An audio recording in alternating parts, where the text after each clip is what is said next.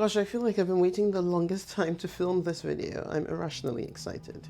This is my Anthurium Warocqueanum, also known as the Queen Anthurium.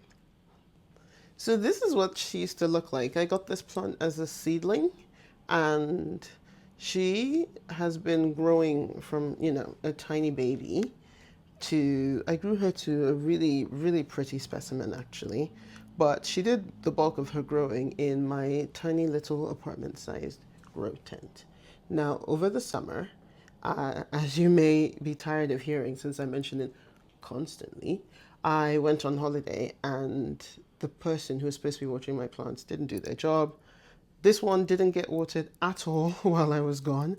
And if you know anything about the Queen Anthurium, you know it can't stand to go dry. Like, that was a problem. The only reason why it survived is because it was in the grow tent, which means extreme humidity. So I think that just kept it going over those 3 weeks. But I came home to substantial damage on the plant, all this crisping on the leaf. Same with these guys, same with these two. And then everything in here was under attack from spider mites. It was a huge nightmare. So because this had already sort of sustained all this damage and become a little bit ugly, I thought I might as well use the opportunity to transition it out of the grow tent and into my main living space. Part of my plan to live intentionally with my plants is to make sure that I can see all of them. So I'm hoping to get rid of the grow tent eventually. I mean, it's only a small one, but I do want to collapse it. This is going to be too big to fit in there in the long run regardless. And I have big plans for this plant. I'm hoping if it can adjust to living out here, that it can eventually replace the Monstera as my giant living room plant of choice. So fingers crossed, but obviously this is New York and the humidity conditions are terrible in the winter. So this is the first leaf it put out in open air conditions. And as you can see, the leaf immediately sized up and became massive. But due to low humidity, it had all these sort of tears. So, it struggled when it was coming out. This ear, I ripped off by accident when it was still soft and floppy because I was taking it to the shower to water it and I just kind of yanked it through the door. And so now it's got just one earlobe, but I think it gives it charm and character. It's working on a new leaf, this one. Now, I can already see some damage at the bottom of this from dryness, but other than that, it seems to be coming out all right. It is, winter here. It's cold, it's dry, so I don't know that that this next leaf will be much good either, but I don't care how many leaves it takes. Eventually, we will get one that will look good and it will be really hardy and resilient because it's used to living room conditions. Once these adapt, they're actually quite tough. So I think that's worth doing. Anyway, because I love the Queen Anthurium so much, I ended up with multiple sort of hybrids and variations. So I have an Anthurium Warocqueanum Esmeralda, which Aquagenera sells as a variety of the queen, the green queen. That one has always actually grown in my living room. I'll show you. So it's always grown out here, and it's looking a bit crazy right now, but it's always grown out here, and honestly, it actually does all right with the conditions. I tend to let it get too dry, which is not ideal, but I need to. It's also working on a new leaf, which hopefully will come out all right. And what I'm thinking of doing today for this video is just rehabbing all my queens, right? Revamping them, just giving people sort of moss collars, which I think will help them make it through the winter better. So I'll put a moss topper on this one and on that one. This one could probably do with a support, a moss pole. I don't know if I have moss pole energy today. I don't really feel like doing that right now, so I'm probably not doing that. I'm just gonna do moss collars, and in a future video I will repot this. When I give it a bigger pot, at that time I will give it a moss pole. The other Queen Anthurium, the big one, I will be wrapping saran wrap around its stem and its moss pole just to hold some of that moisture in there so that the roots can continue to grow into the moss pole like they were when it was in the grow tent. I'll also be giving it a moss topper. Because I love those two anthuriums so much, and I just generally have a thing for long anthurium leaves, I've ended up actually collecting 3 Anthurium Warocqueanum hybrids. And I got these as tiny seedlings. They're still tiny. I've had them for months now, and I haven't done anything with them, so they're all in pretty poor condition. Usually when I get new plants, I pot them up in their new pots and let them thrive, blah, blah, blah. But you can tell that I was dealing with a little bit of plant burnout because I haven't repotted these and they've just sat there for months, you know, in pots that are inappropriately small with medium that's probably completely tapped out. So what we're going to do today, honestly, probably do that before I even tackle the big Queen Anthuriums, is to pot these hybrids up and give them the conditions that they deserve to live in. They're in a very sorry state, so let me show them to you. This one, look at how horrible it looks. This is Anthurium Warocqueanum X Nigrolaminum Gigi. It's very dry. I need to water it. But also, like, the soil is obviously completely depleted because every time this one puts out a new leaf, it gets rid of the one that it has. So I can tell a new leaf is coming in because this one is yellowing. So it obviously desperately needs fresh media and water and just generally wants to be taken care of. So I'm going to repot this one. I have no idea. Equagenera, I'm sure, gave this one of those funny names. I don't know what it is. I don't remember. I think it's Dr. Is this the one that's Dr. Kiatan? Maybe. So I'm going to repot this and hopefully that will help it stabilize and we can stop losing every leaf that comes out. Number 2, and suffering from a very similar problem, is this Anthurium Warocqueanum x Waterburyanum. Now, I've seen many pictures of what this should look like online, and it should grow big and beautiful. So I know that when I repot it, it will do better. It's also, I think, potentially hardier than regular Warocqueanum. You know, hybrids, they often tend to do better, don't they? So if I can repot it, it should be okay. The corner it's in has had some spider mites, but I think we're kind of over that hump now. So the roots look all right. I'm going to be repotting this today, and hopefully that will be onwards and upwards for this guy. Last but not least, this is an Anthurium Warocqueanum crossed with Besseae af. Now, this one actually adapted the best of all of them. Like, instantly took to the environment. It's very dried out. I need to go and water it. And it put out, I think, this leaf and then this one, so it was getting bigger. This is the newest leaf, which is smaller and obviously tainted by spider mites. It's still growing. The problem here is I can't really treat it until, I can't treat that leaf until it's done growing, because if I do, you know, the spray will destroy it. So it's frustrating. But I also know that by not potting them up, that's a big part of what's attracting the spider mites to it, you know. So I'm going to pot this up today, which should help the plant be stronger and, you know, help it fight off pests. But this one, I think, is actually, this is a sleeper. Watch this space with this guy. I think this one's going to be a monster. Like, I think it's going to be a beast. Stunning. Because look at how beautiful this leaf is, and not one crispy. And this is a plant that I neglect like crazy. So I actually think that for people who want Anthurium Warocqueanum and are worried about growing it, this hybrid, Warocqueanum cross with Besseae af, is incredible. It's truly incredible. So yeah, I'm going to pot this up, pot all 3 of them up, and hopefully in a few months, I mean, winter's coming, so they might not do much, but hopefully in spring or, you know, towards summer, I can show you something exciting with these guys.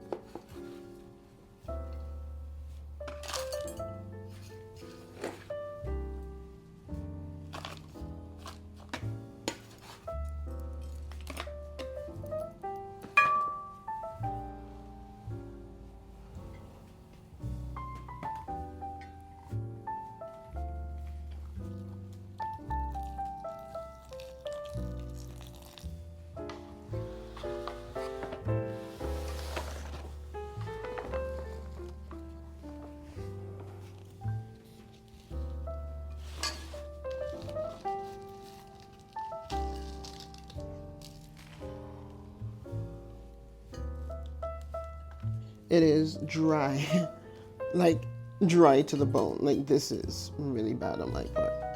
So I'm just taking this leaf off. Oh God, so, okay. It's crazy dry. So I'm gonna pop this in here.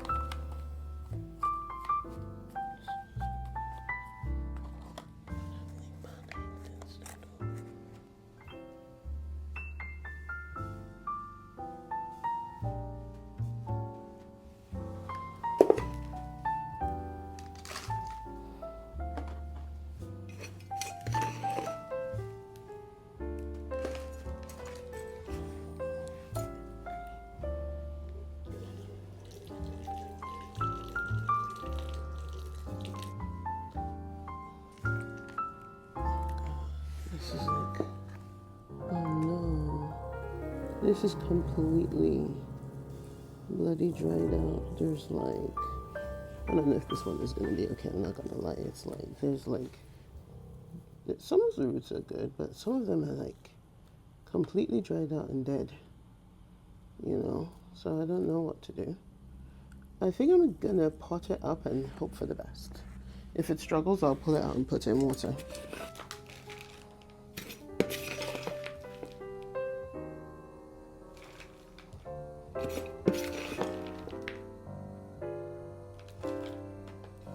This is the wrong pot. I intended to use this pot for the other guy. Oh, it's fine.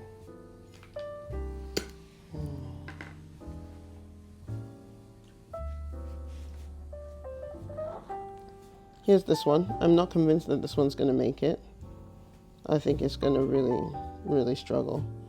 This one might end up going into my grow tent when all is said and done. But let's see. Let's give it a try. Let's see how it does in the first instance. If there's just, you know, rot. If the roots don't pick up and do their thing, then I'll have to make a change. Last but not least, the future star of the show. But first I'm gonna empty this.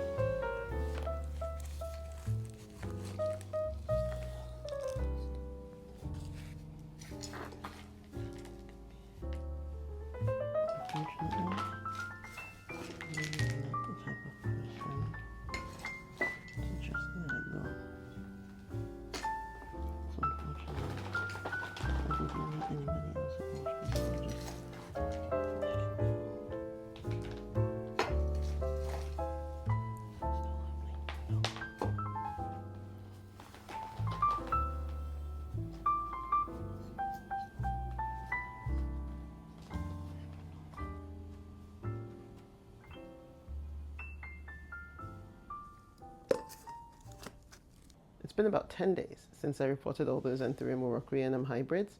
Let me show you how they're doing. Starting with the worst of the three. So this is the Anthurium Warocqueanum crossed with Gigi, Nigrolaminum Gigi. I think it goes by the name Dr. Kiat Tan, and as you can see, it is not very well. Well, that's probably an exaggeration, because when I repotted this guy, I noticed that a lot of the roots had kind of dried out and, you know, rotted off, and there were some viable ones though. So I thought, I took the risk. I decided to just pot it up as it was and see what happens. This leaf was already completely yellow when I did the repot, so I'm not surprised it's gone. So yeah, we'll just take that off. I only left it on here because I wanted to show you, but terrible. So now I'm left with this, but all hope is not lost because there is this.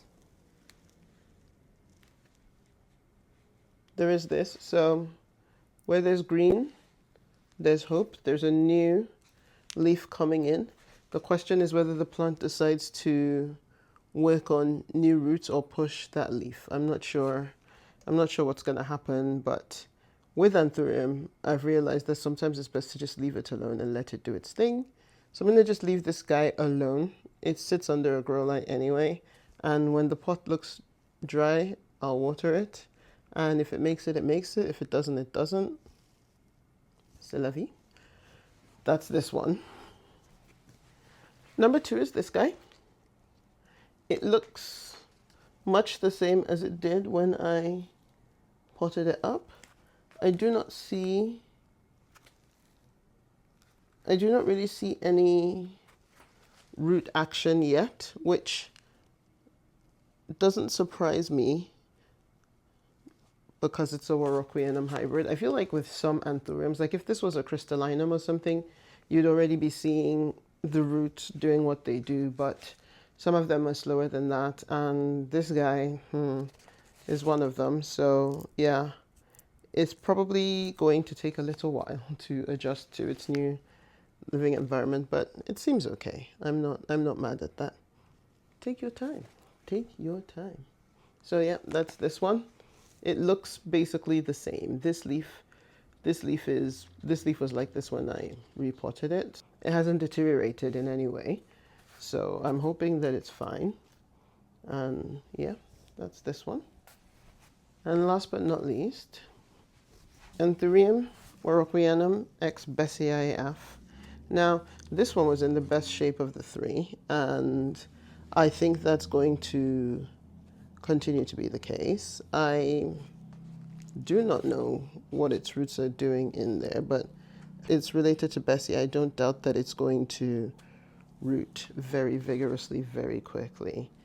I actually think I do see some of the roots kind of growing in, but I don't, it's not very clear. I don't know how to show it on camera, but some of the roots are actually already starting to make their mark. And it looks good.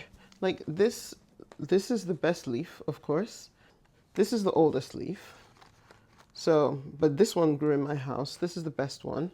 This one would have been good, but the spider mites got to it before I could treat it. So it looks quite sickly, but I think it's okay now.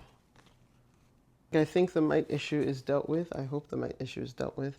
And hopefully the next leaf will be nice and juicy. It's working on the next one. But of course, now that I've repotted it, it might choose to work on the roots for a while instead. Anyway, this one I think is going to be just fine because the leaves are turgid and perky. I can tell it's drinking water just fine. So I think this is going to be one of those plants that gets really, really big. We'll see. So that's the hybrids that I planted last week taken care of. And now the final thing I want to do is to spruce up my Warocqueanum and my Warocqueanum Esmeralda. I'll show you what they're looking like at the moment.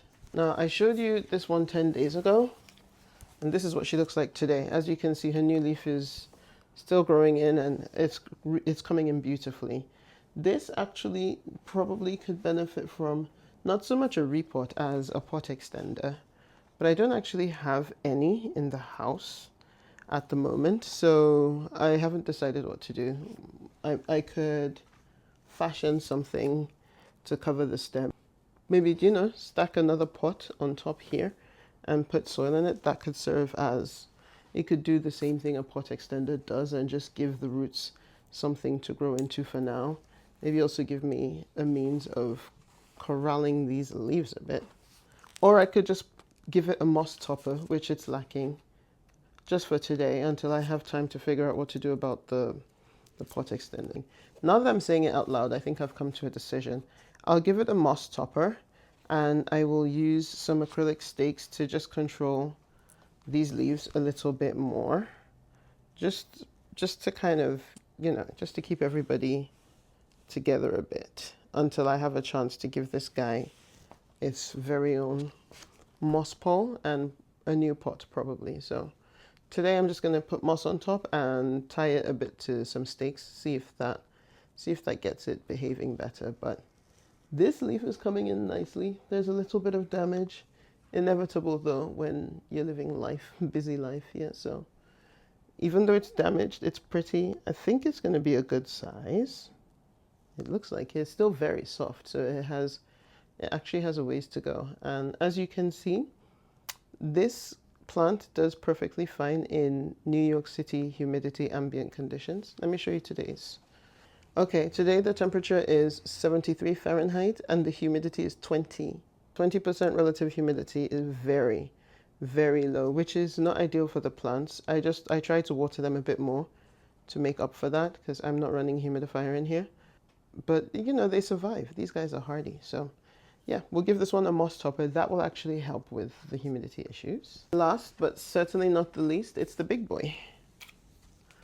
Anthurium Warocqueanum.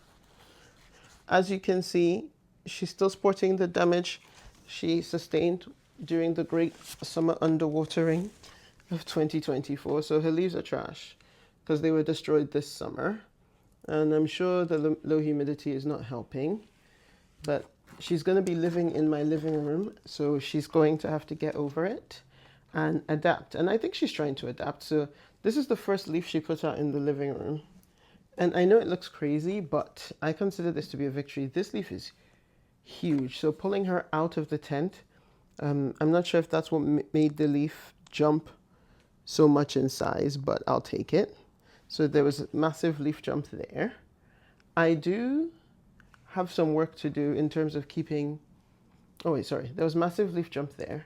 And look at the size of this inflorescence that she put up. Crazy. And this is her second leaf out of the tent. It's still growing. It's got some damage. There's a little damage at the bottom that I didn't catch in time. And there are a couple of holes starting to show up here. So it's got a little bit of damage. But I have to say, it's looking a lot better than the one that came before it. Yeah, it's not bad. It's looking a lot better than the one that came before it. And considering that the humidity is 20 out here at the moment, honestly, I'm quite impressed. I think that if we can make it through this winter, she'll do quite well in the open air. Just like once we get to a point where the humidity can stay around 40, I think the plant will be just fine. I am finding that I have to water it a lot, and I don't always remember, which is why you can see this going on with the leaf. Obviously, if I put it in something like a self-watering pot, it would be so much easier, but you know, I like to make life hard for myself. So today, I'm going to give this a moss topper, which I think will help, but I'm also going to wrap the stem in saran wrap just so that the roots can continue to grow into the pole, which I think will help a lot as well. So I'm going to wrap the stem in saran wrap and give it a moss topper. And I know that when I see the moss dry, it will be immediately obvious to me that I need to water this guy. So yeah, that's what I'm going to do.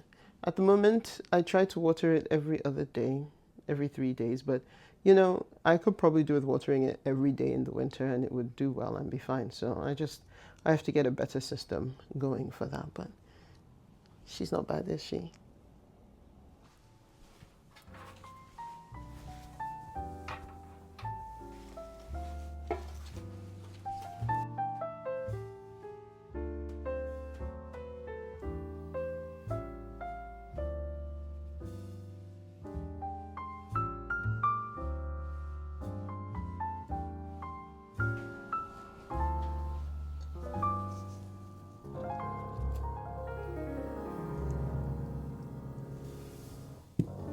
Now I'm just going to gently stuff the top with sphagnum moss. It's difficult with this one. There isn't really enough room in the top of the pot for me to do as much as I would want to. It's just a bit of a collar just to give those adventitious roots something to grow into. And I should have done this, honestly should have done this a long time ago. But this is just temporary to tide me over until I get the pot extender. After that, I will still probably put moss on top, but you know.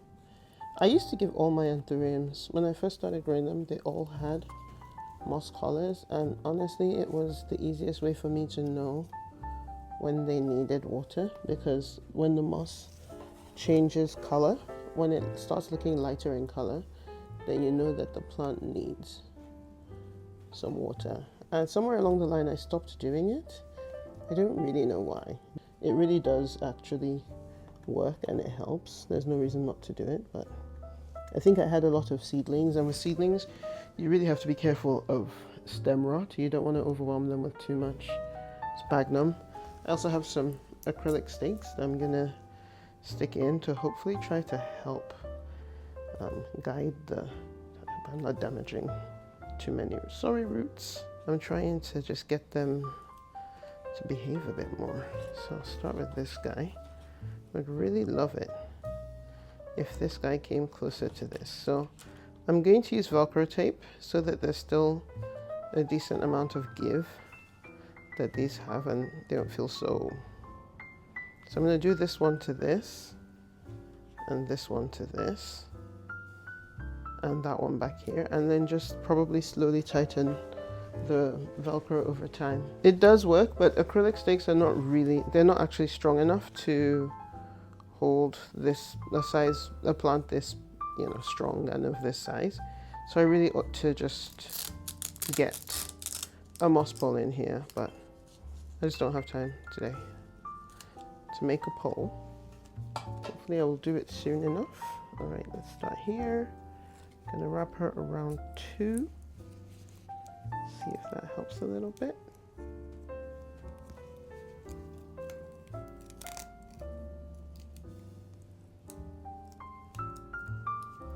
Okay, so that's one down. It's not really tight enough. I'll make it tighter.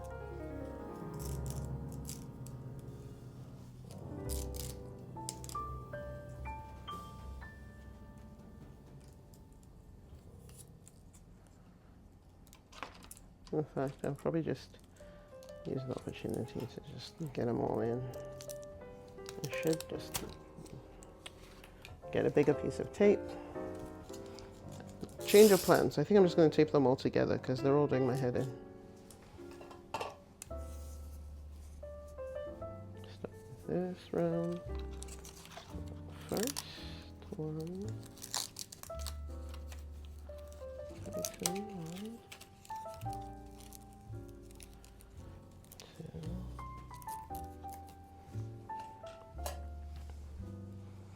Number 2, next.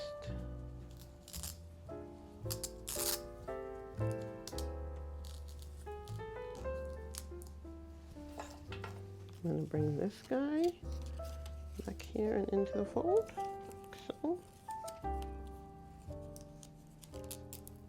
Oh, wrong way. Whoops, my bad.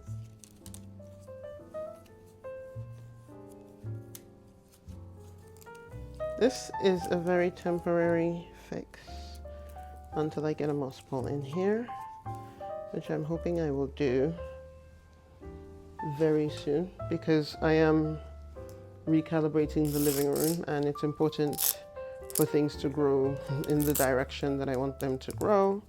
So I'll be using a moss pole to achieve that because I find it easier and I just put the hooks in. The easiest way, of course, is to train the leaves to grow how you want them to grow while the plant is still fresh. Don't wait months and months like me. It's not the ideal way at all to do this, but it's fine. Better late than never, I say. Okay, now this is what I've come up with. This is what it's looking like. It's not perfect, but it's actually not bad.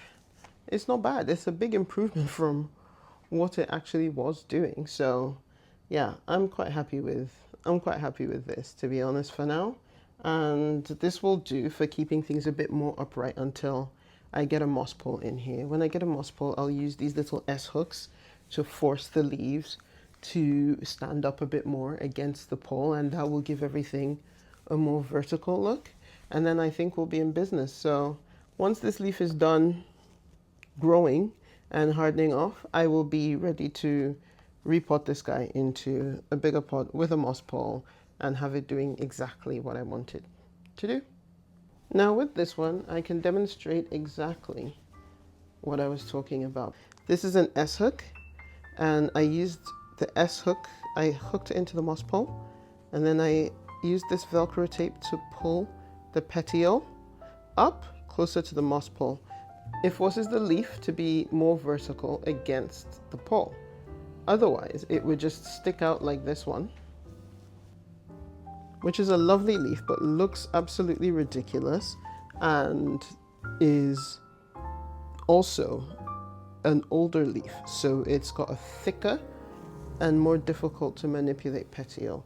So it is imperative that I don't allow that to continue to happen and that I start to force the others to grow where I want them to grow, or else like this plant is not going to be remotely manageable in this space. Please don't ignore my battered beauty. I love her anyway. So today I'm going to try to do some grooming, fix this. One of the first things I'm going to do is cut this leaf off. Again, this plant suffered great damage over the summer actually, and I'm shocked that it's doing okay. Just shows me how resilient this Anthurium is in spite of its bad reputation for being difficult. So I'm going to cut this off because terrible. I haven't decided whether I'm keeping these or not, to be honest. I'm going to see if I'm able to draw them in, then I might do. If not, then I might not bother to keep them because they are quite damaged. But I also do not want to shock the plant by removing too many leaves at once. So step one, remove this guy. Bye. Okay, so these are my S hooks.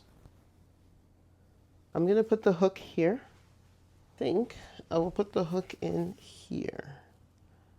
Like this should work, I think, for this one. And maybe like here. So that's 2 hooks.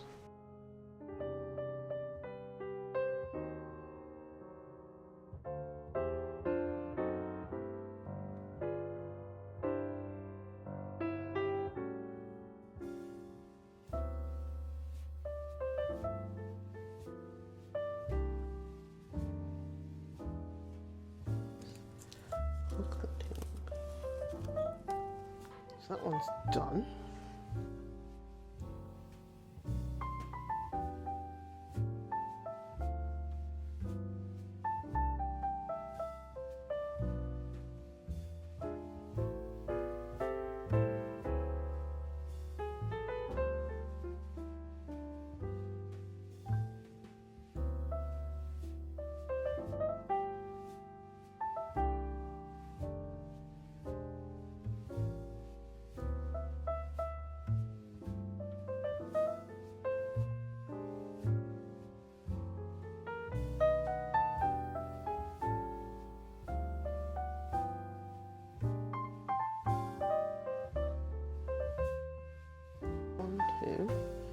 Now there's 2 more to deal with. This one needs to go here. The biggest problem is this one. I don't know what I'm gonna do about this big one. It's probably just gotta be a gradual thing with this big guy.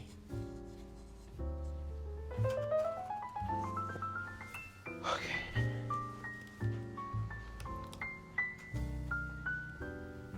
So far, it's looking much more contained. It's not perfect, but it's more contained. Which leaves the big problem, this one. So I don't know what to do about that one.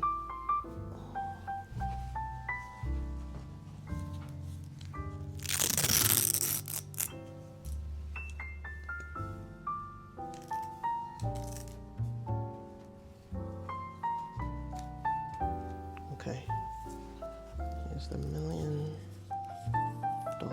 Velcro tape question. Where am I hooking it to this? In which case it would need to be so much tighter. I think it's sewing. There you go. That makes more sense, right? And put an extra one over it.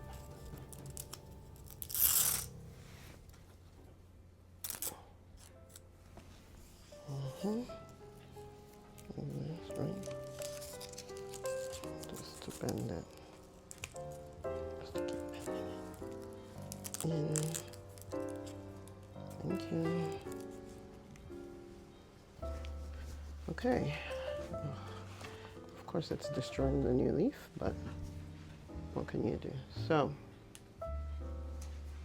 unfortunately, we ripped the new leaf in the process. I didn't really have a choice. So aside from ripping the new leaf, I'm pretty happy with how this repot turned out.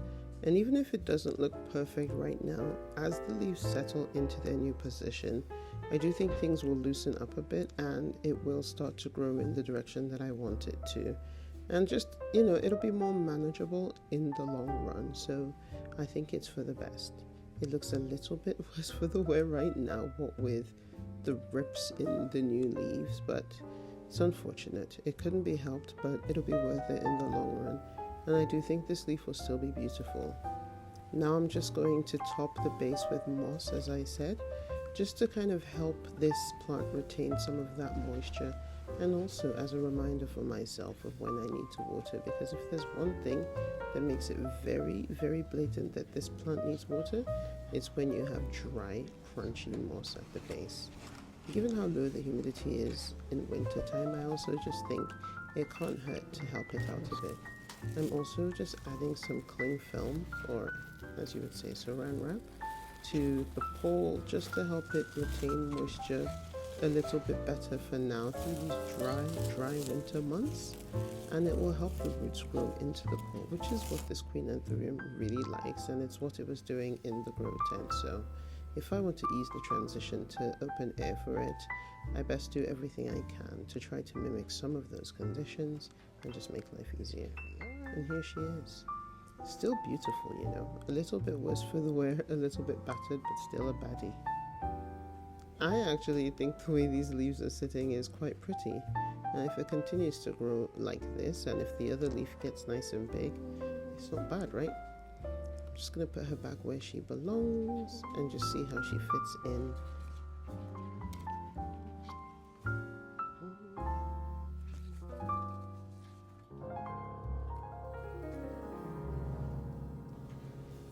Not quite right, but it's okay for now.